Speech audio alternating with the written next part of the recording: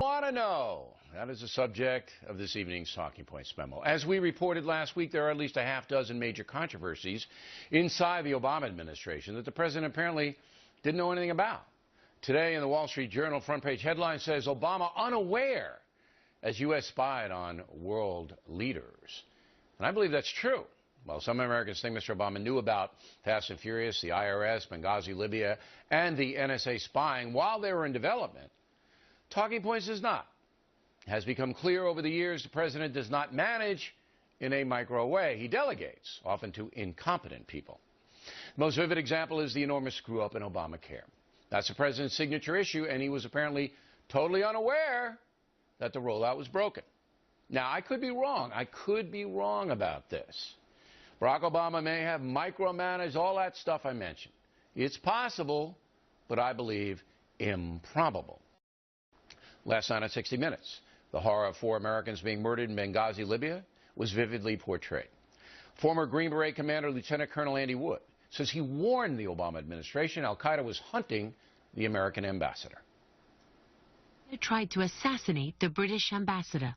Wood says to him it came as no surprise because al-Qaeda, using a familiar tactic, had stated their intent in an online posting, saying they would attack the Red Cross, the British, and then the Americans in Benghazi.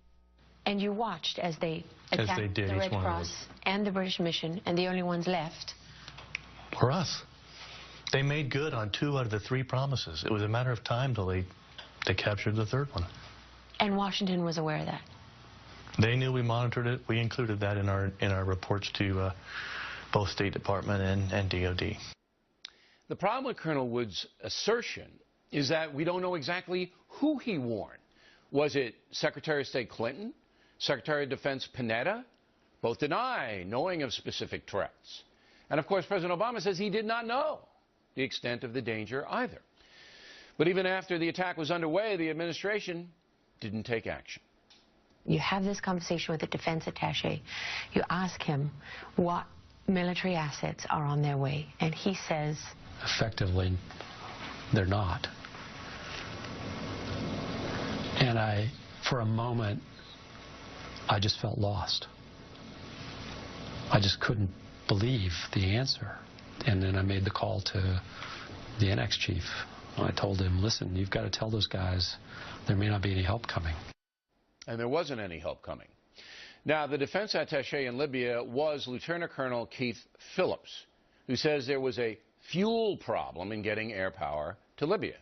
But with all the warnings, shouldn't the U.S. military have been on alert in that region? Of course. Of course they should have been. So here's the overall situation. You have a president who apparently is disengaged from day-to-day activities in his own government.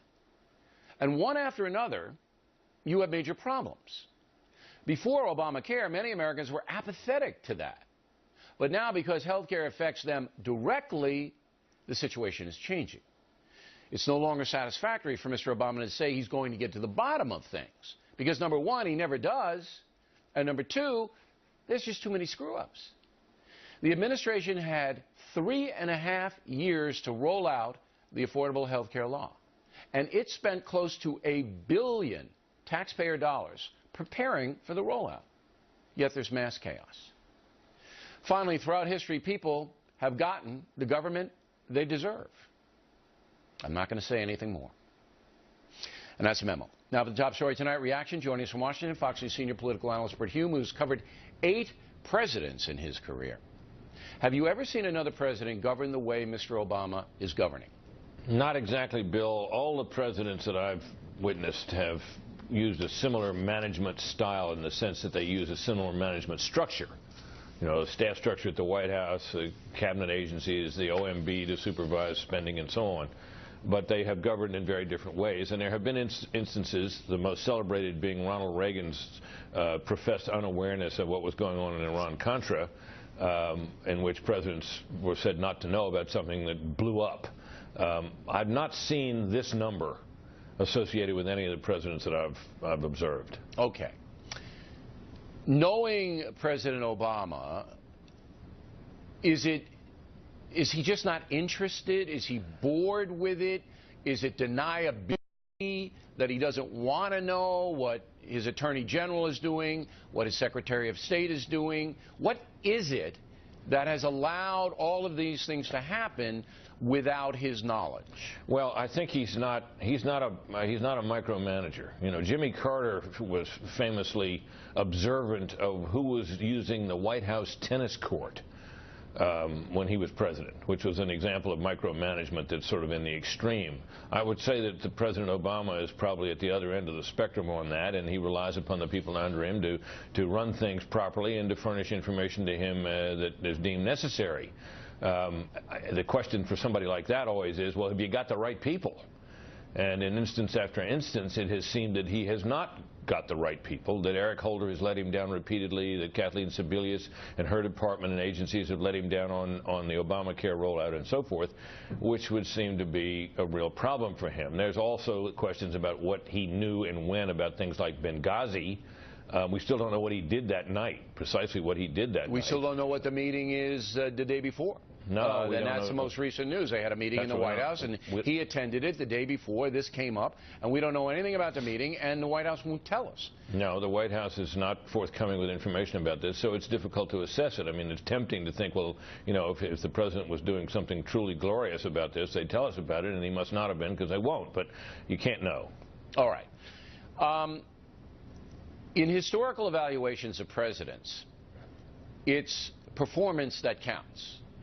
And yeah, right now, and this might be unfair, and I'm trying not to be unfair, right now I see Barack Obama in major trouble on the history front. I mean, forget about the Obamacare debacle, which I think is going to get worse, but I could be wrong on that. It's speculation. Just where we stand now, 5 years into his administration, he's got to be in the bottom 10 because the economy hasn't improved and all of the problems, problem after problem after problem, very few solutions coming forth. Is that too harsh?